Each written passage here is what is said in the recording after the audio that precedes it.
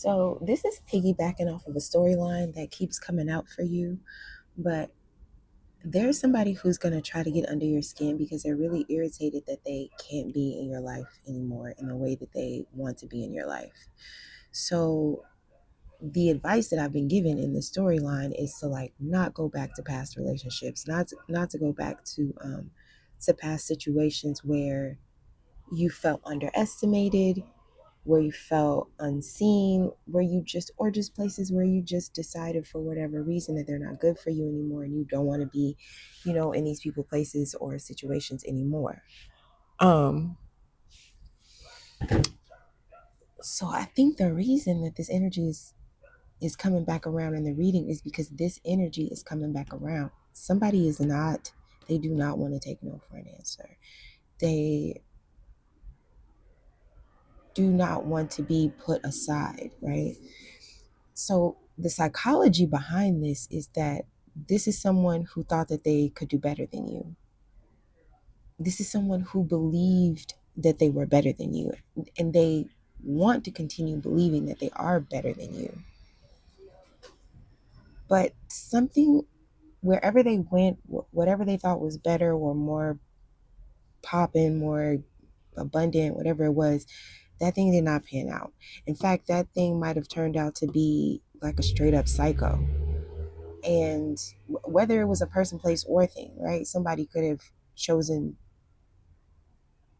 to leave your organization and join a job or something where everybody there was, it was just something where this person really, they just really thought that the grass was greener on the other side. They really thought that something was better than you, and they want to come back to you. They realize that nothing compares to you, and you're not letting them.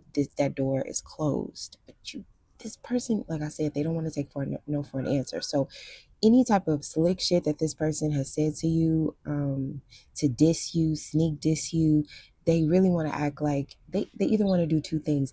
They want to come back around you so that they can act like they never said that shit.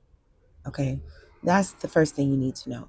So this person, if they are trying to contact you, if they're trying to be around you, they're not, their goal is not to apologize. Somebody doesn't want to apologize to you. They don't want to make amends with you. They want to pretend like this shit never happened. And that is actually the sign of of like a cluster B personality. People who don't want to take accountability, who don't want to acknowledge your reality, who don't want to acknowledge the harm that they've done. They don't want to repair the harm.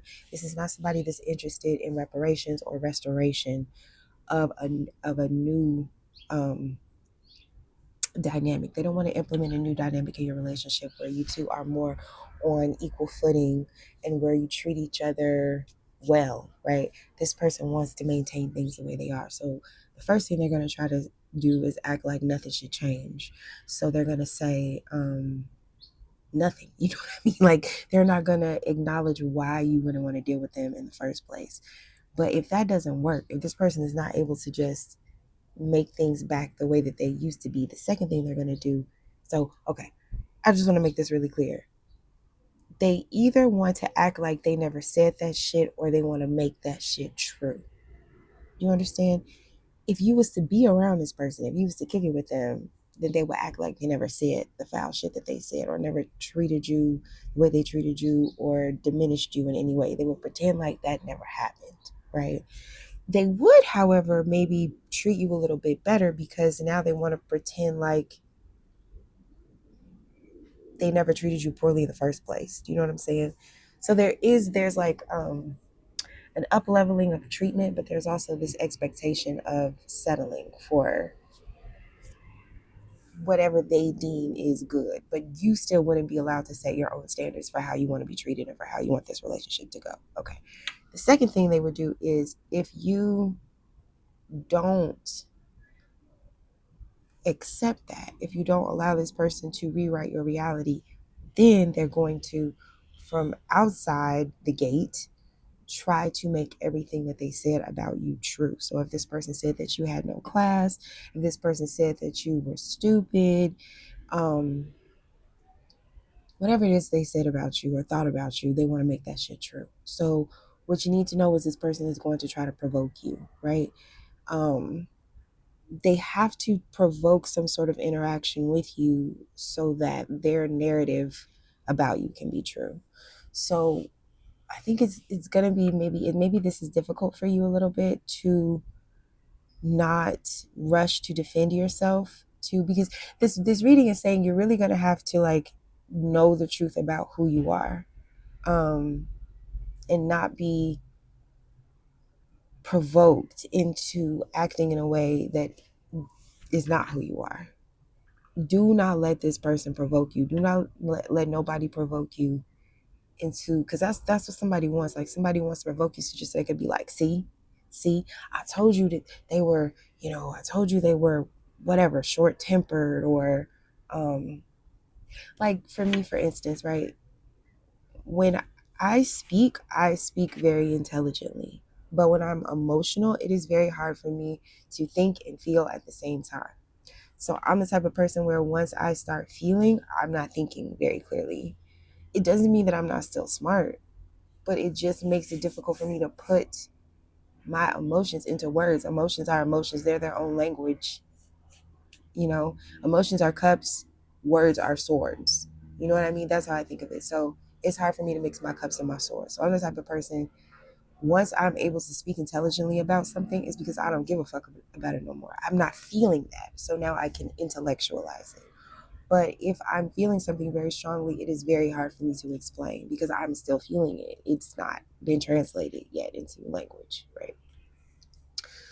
Um, and it's not completely like that. Like obviously I'm able to talk about things that I feel about to some degree, but when the emotion is like fresh and hot in the moment, it's very difficult. So it's something like that, right? So like for me, for instance, if I'm arguing with somebody that I really care about, I stop making sense. Like if it's like an intense argument, you know what I mean? Like so or I might cry. So in the moment, if there's somebody who is more intent on proving something rather than really connecting and healing with me, it would be very easy for them to like stop the argument and be like, "So you're not even making sense right now. Like you don't even know what you're saying, or like why are you crying? You're just trying to manipulate me with your like it's it just becomes its own thing, like now a discussion about how I'm expressing myself. So there's something here where somebody is trying to provoke that out of you. Somebody, you could be like me and somebody could know that about you. And they just know if they get you emotional, if they get you out of this logical bag that you're in, where you're just unbothered, then, then because they want to do that thing like the transference of energy, right? Remember that movie Two Can Play, that game where the woman was being real cool, or the man was being all cool and calm. No, no. Yeah, the woman went over the man's house and got him all hot and bothered to get an emotional reaction out of him. And then she walked away because all she wanted was the emotional reaction. She didn't really want the connection. And then later in the movie, he did the same thing to her.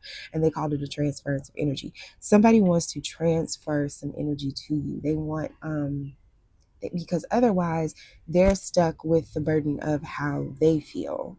And what they feel is that this is it don't even matter what they feeling, because I think that's something that this person deals with, is that they're not the type of person to investigate their feelings. But you can't get all off into why somebody is what they is, or what they're feeling or what they're not feeling. Like that's part of the trap, right? This, even thinking about this situation, is a trap. So if someone does try to get an emotional reaction out of you, this is somebody who you could see them in a crowd almost. This person could just show up where they know that you're going to be. You could be a public figure. um so you could just be around, right? You could be a public speaker. You could be in politics. You could just do something that requires you to connect with people from a certain level of equanimity, right? And this person is going to make it their mission to throw you off of that. So this reading is just to warn you, like, and this could be like a lifetime thing, because I see that you're moving into a new chapter in your life, and you're never going to give this person what they want. So it's like their schemes are only going to get greater and more elaborate, right? And they may be out here looking fucking stupid. Like this person might be looking like a straight up clown to get a reaction out of you. If you see a clown in the crowd trying to get a reaction out of you, do not laugh. Like, do not give this clown ass motherfucker the reaction that they want. They're just gonna start doing more and more things to get it. But one of the things that's going to actually help you is because I feel like you're moving into spaces that this person is not going to be able to move into. Because, like I say, you might be into public speaking, or there's just something about you like moving in your element to where this person won't even be able to get close enough to you to affect you. But I feel like that has not happened yet. You're moving into this different, like you're in like a waiting room. Like think about it like a waiting room. Like say if you're about to go into like not even the first interview for a job, maybe like the fifth interview. So it's pretty clear that you're going to be chosen for the position, right? But now in this meeting, you're going to be like the president of the company, you know, and you're ready to charm this person. Like you're ready. You're in the right state of mind. You're ready. And say this person that wants to fuck with you and wants to get this reaction out of you, maybe they're like a delivery person, right? Maybe they show up in the lobby or in the waiting room of the place where you have the interview. You haven't gone in the interview yet. You're in the waiting room, right? You're sitting there, you're composed, and you're in your bag. This person comes in to like, maybe they're going to deliver some Wendy's or some shit to the receptionist. And they see you sitting there and they get so infuriated by the fact that you're, you know, dressed up, you're in this space to go into this interview and like shock the shit out of corporate and you know the bosses and like impress them, and you're about to get this huge salary. You're about to get everything that you want. You haven't gotten it yet, but you poised to get it. And this motherfucker is delivering Wendy's, right? So it's something about the way that this person sees you, the way you cross paths. It's not, you're not in the same lane for real. You're just crossing paths, right? But maybe this person doesn't have shit to lose. You know what I mean? Who gives a fuck if they lose a job selling Wendy's? So they can act ass right now. They can call you out. They can fuck with you. They can, you know, call you all sorts of names, insult you, and maybe they will get put out. The question is, you know, maybe they'll get security called on them. The question is, how much are you gonna be rattled? Right? If you fight this motherfucker, are you now gonna go into your meeting with your clothes ripped up or like blood on your shirt? Do you know what I mean? Like you are in the process of making an impression on very important people for your life. And there's somebody who does not want that shit to happen with every fiber of their being. And they have some shit for you. And you just have to act like you don't see it, bitch. Be blind. Okay? You don't see it. You're not reacting to it. You're like a Zen Buddhist monk who feels nothing, sees nothing, reacts to nothing except the reality that you know that you're going for. You got to be like, you know, like in a fucking football game where you in the scrimmage or the lineup or whatever, and these motherfuckers over there talking, not even the opposing team talking mad shit. The hot dog guy in the stands is talking mad shit. So there's something else too to that, right? Like hecklers, I feel like you could do something like this, like where you make videos and you know you need to get prepared for like the bigger that your channel grows or the more exposure that you get, you're going to get negative comments, you're going to get negative feedback. You have to let all of this shit be a sign that you're moving in the right direction, but you cannot get emotionally involved. You cannot get emotionally caught up with this shit. You can't.